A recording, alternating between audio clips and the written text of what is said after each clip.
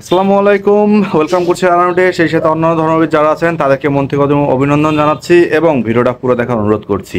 কারা কারা তামিম ইকবাল খানের প্রেস কনফারেন্স দেখছেন, কারা কারা তামিম ইকবালের কথা শুনছেন এবং কারা কারা তামিম ভাইয়ের সাথে একমত আছেন।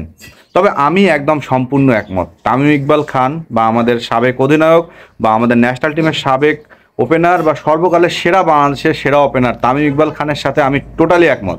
তিনি বিপিএল শুরু হওয়ার আগ মুহূর্তে প্রেস কনফারেন্সে এসে তাকে অনেকগুলো প্রশ্ন করা হয়েছে। প্রথম প্রশ্ন তো কমন প্রশ্ন, তিনি যেখানেই যাবে আমার মনে হয় যতদিন তিনি প্রকাশ্যে এসে ঘোষণা দিবে না যে আমি আর জাতীয় দলে খেলতে চাই না, তাকে এই প্রশ্নের সম্মুখীন হইতেই হবে। কমন প্রশ্ন যে আপনি ন্যাশনাল টিমে খেলবেন কিনা, তিনি ডিরেক্ট বলে দিচ্ছে আপাতত জাতীয় টিম আমার মাথার ভাবনায় নাই, আমি এখন শুধুমাত্র ফোকাস বিপিএলের দিকে। যাই হোক, এটা তারও কমন উত্তর, আমাদেরও কমন প্রশ্ন। সব মিলায় তামিম ইকবাল খান বিপিএল নিয়ে যে বোমাটা ফাটাইলো সেটা হচ্ছে, প্রথমে সাংবাদিকরা তাকে অ্যান্সার দিছে যে এইবার বিপিএলে নতুন কিছু দেখতে পাচ্ছেন কি না।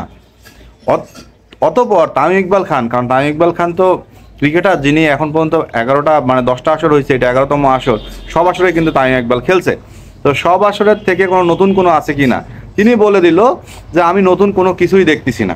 কথাটা একেবারে সত্যি। তিনি বলে দিছে সহজ স্বীকারোক্তি যে নতুন কোনো কিছুই নাই, শুধুমাত্র কনসার্ট ছাড়া। কথাটা আসলেই সত্যি, নতুন কোনো কিছুই নাই। ওই যেমনভাবে টিম সাজানো হয়েছিল, যেভাবে খেলোয়াড়রা আসবে যাবে পাড়ার ক্রিকেটের মতো, ঠিক তেমনই। এখন মনে হচ্ছে উইকেটগুলোও কি আগের মতো হচ্ছে কি না, সেটাও একটা ভয় ধরাচ্ছে তামিমের কথা অনুযায়ী। কারণ বাংলাদেশের এত এক্সপিরিয়েন্স একজন ক্রিকেটার, যাকে নিয়ে ন্যাশনাল টিম আশা করে, যাকে নিয়ে দেশ আশা করে, যাকে নিয়ে পুরো ক্রিকেট জাতি আশা করে, তার মুখে যখন এই কথাটা শুনবেন তখন আপনি কতটা আশাহত হবেন। কারণ এই যে তারুণ্যের উৎসব বলে বলে বিপিএলের একটা মার্কেটিং চলতেছে, সেই মার্কেটিংয়ের এসে তামিম ইকবাল কি সেই মার্কেটটা খেয়ে নিল শুরুর দিকে এসে? তবে হ্যাঁ, একটা জিনিস ভালো লাগছে যে বিপিএলের টিকিট কেনার জন্য দর্শকের হাহাকার।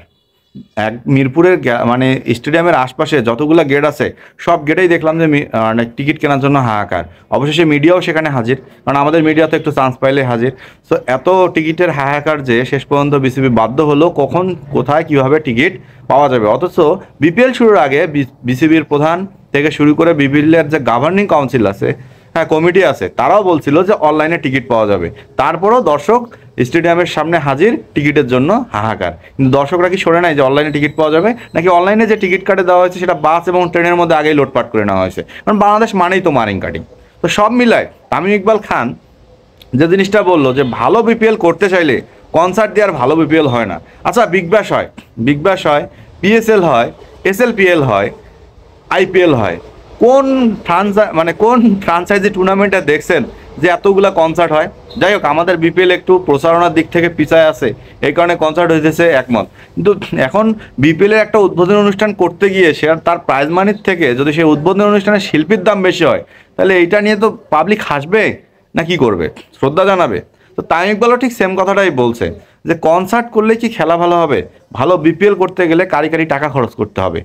হ্যাঁ, টাকা খরচ না করলে ভালো বিপিএল করা সম্ভব না। দেখেন, আমাদের বিপিএলে দামি বড় প্লেয়াররা আসে না কেন এবং কি কারণে? কারণ তারা পারিশ্রমিক পায় না। বাংলা কথা, সুস্পষ্ট ভাষা, যে টাকার অভাবে আমাদের দেশে বড় বড় ক্রিকেটাররা খেলতে আসে না। আপনি যদি টাকা সেটান, কাকের অভাব হবে না, এটা তো কমন কথা।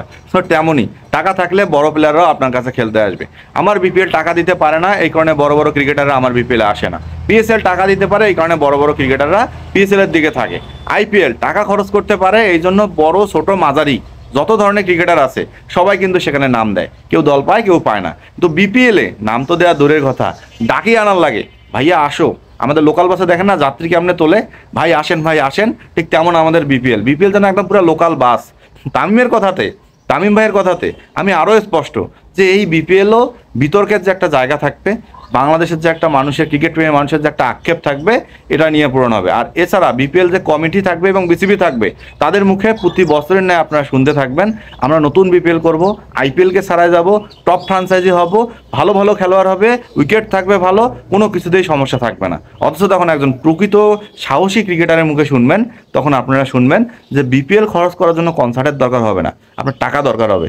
তার মানে বিপিএল খরচ করতে গিয়ে বিসিবি কি হিমশিম খাচ্ছে নাকি স্পন্সরের অভাবে ভুগতেছে, ব্যাপারটা আসলে জানার বিষয়। তারপরও শুরু হচ্ছে বিপিএল, দেখা হবে মাঠে, খেলা হবে মাঠে, কেমন হয় সেটার অপেক্ষায়। সো রানাউটে যারা দেখছেন সাবস্ক্রাইব করতে ভুলবেন না।